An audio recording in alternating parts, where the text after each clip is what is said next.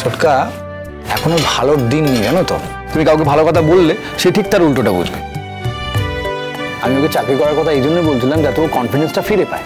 আর ও কি ভাবলো আমি ওকে খাওয়ার খোটা দিচ্ছি।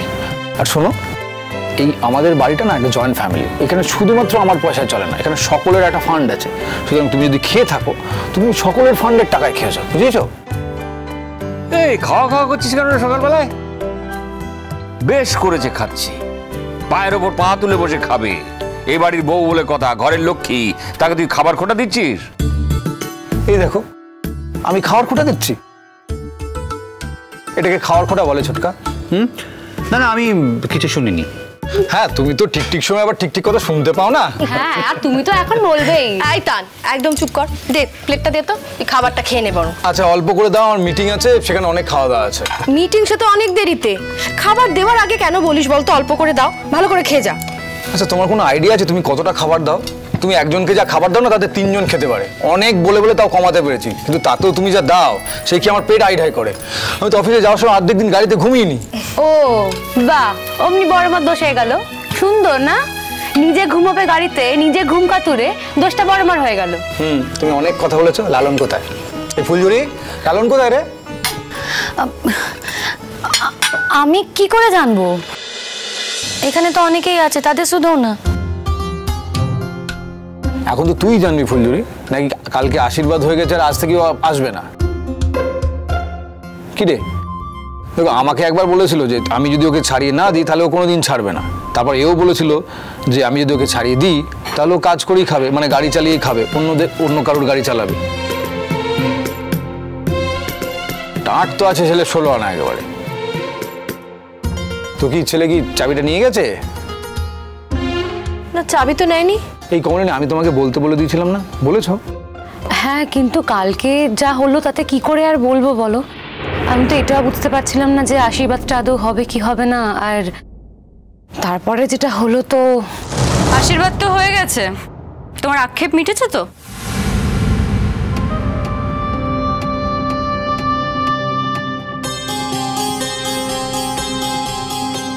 আশীর্বাদটা না হলে এখানে আমরা আর যারা আছি সবারই আক্ষেপ হতো, শুধু আমার একার নয় চড়ুই। আর একটা কি বলতো, যেটা হবার সেটা হবেই, সেটা কেউ আটকাতে পারে না, কেউ আটকাতে পারবেও না। কমলিনী, ও বোধহয় বেরোবে। চড়ুই খাবি তো? আমি এই বাড়িতে খাবো কি খাবো না সেটা জানার প্রয়োজন আছে কারোর? প্রয়োজন আছে বলেই তো কথাটা জিজ্ঞেস করলাম তোকে। তুই কি বেরোবি কোথাও? হ্যাঁ জেঠু, আর আমি তো এটা বলিনি যে আমি লেখাপড়া জলাঞ্জলি দিয়ে বাড়িতে বসে থাকবো, বলেছি কি? নাকি আমার নামে কেস চলছে কোর্টে, প্রমাণ হবে আমি কি করেছি না করেছি, তাই আমার বাড়ির থেকেও বেরোনো বারণ, রেস্ট্রিকশনে আছি নাকি আমি? এত কথা কেন বলছিস চড়ুই? বড়দা তোকে জিজ্ঞেস করেছে তুই বেরোচ্ছিস কিনা, হ্যাঁ বা না একটা কিছু বলে দে না। তুই তো মাঝে মধ্যে কলেজ যাস না, তাই কথাটা জিজ্ঞেস করেছে। আচ্ছা দাদা ভাই, বলছি তুই অফিস যাওয়ার সময় আমাকে একটু কলেজে নামিয়ে দিতে পারবি? আমার শরীরটা ঠিক নেই আর কি, তাই। এই শীঘ্রই আমি তো অফিসের দিকে যাবো, এবার তোকে নামাতে গেলে তো আমাকে সেই পুরো ঘুরে উল্টো দিকে যেতে হবে। তাতে কি হয়েছে, চল না, আমি তো তাড়াতাড়ি বেরোলাম তাই জন্য। আমার মনে হয় তুমি একটা ক্যাব বুক করে চলে যাও। তোমার তো মনে হয় কেন গো? না মানে তোমার এটাই বা কেন মনে হয় যে তোমার মনে হওয়াগুলোকে আমরা দাম দেব বা আমি দাম দেব? দাম দিলে তুমি নিজেই ভালো থাকবে। আর তাছাড়া এত বড় একটা ঘটনা ঘটলো, লালন তোমাকেই বা কোনো সার্ভিস দিতে যাবে কেন? কেন চাইবে না? আমি যতদূর জানি লালন এ বাড়িতে কাজ করে, ও এ বাড়ির ড্রাইভার, তাই ওকে আমাদের বাড়ির সবার ইনস্ট্রাকশন শুনতে হবে। ও যদি আমাকে না নিয়ে যেতে চায় তাহলে ও আর এ বাড়িতে কাজ করবে না। তোকে পৌঁছে না দেওয়ার তো কোনো কারণ নেই চড়ুই, তোকে তো এতদিন পৌঁছে দিতই। আচ্ছা জেম্মা, তুমি সব ব্যাপারে কেন কথা বলো বলো তো? এত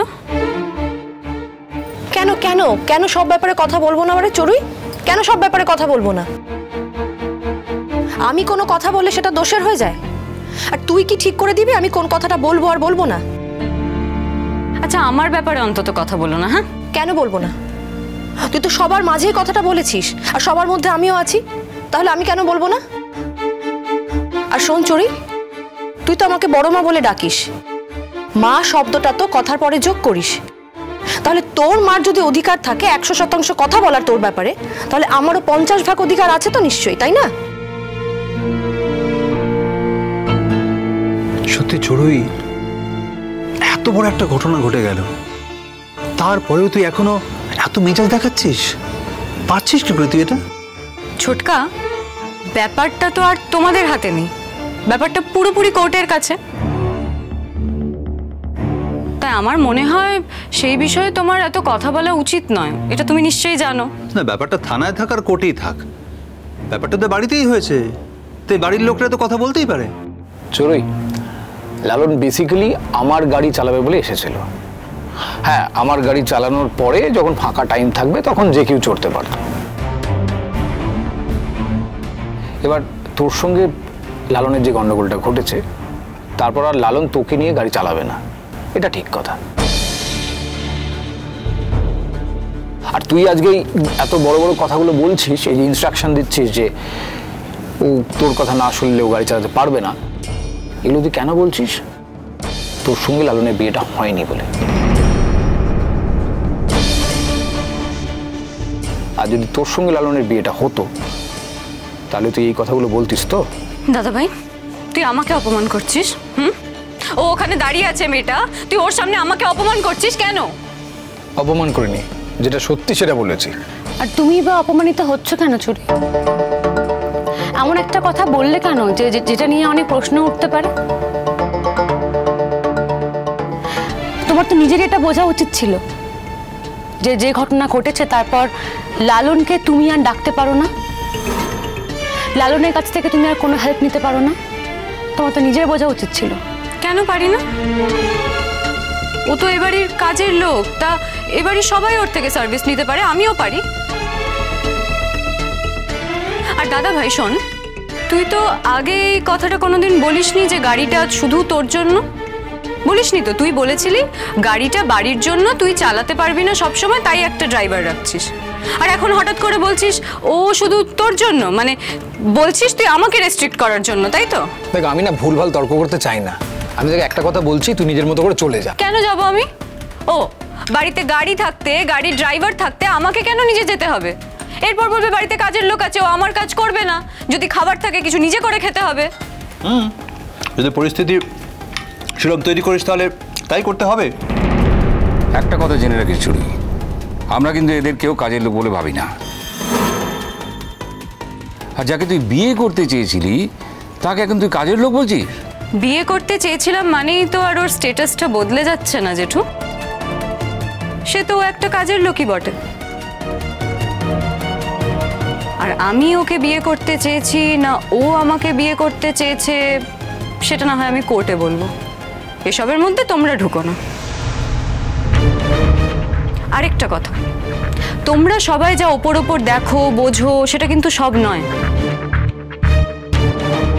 আমি তো বলেছিলাম আমার সাথে অনেক কিছু ঘটেছে, তাই আমি ওকে বিয়ে করতে চেয়েছিলাম, কিন্তু এখন যখন সেই প্রসঙ্গটা ঘুচে গেছে তখন ও আমার কাছে শুধুমাত্র একটা ড্রাইভার, এ বাড়ির কাজের লোক, আর কিচ্ছু না। তাই যখন বাড়িতে গাড়ি থাকবে, গাড়ি যদি ফাঁকা থাকে, তার আমিও যদি ফ্রি থাকি, আমার কোথাও যাওয়ার ইচ্ছা হলে লালনই আমাকে নিয়ে যাবে, ও নিয়ে যেতে বাধ্য। তা তো রাজি নাও হতে পারে এবং কাজটা ছেড়েও চলে যেতে পারে। দেখ, আমি না এখন নতুন ড্রাইভার অ্যাফোর্ড করতে পারবো না, আর খুঁজেও পাবো না। আমি যদি খুঁজে পাই তাহলে না ওকে অফ করে দিলাম। তো আমাকে একটা জিনিস বলেছে যে ও গাড়ি চালিয়ে খাবে, ও আজকে এই বাড়ির গাড়ি চালাক কি অন্য বাড়ির গাড়ি চালাক, ও নিশ্চয়ই চাকরি পেয়ে যাবে। কিন্তু আমাকে একটা কথা বলতো, অন্য যে কোনো ড্রাইভারে তোর মন বসবে তো? হ্যাঁ,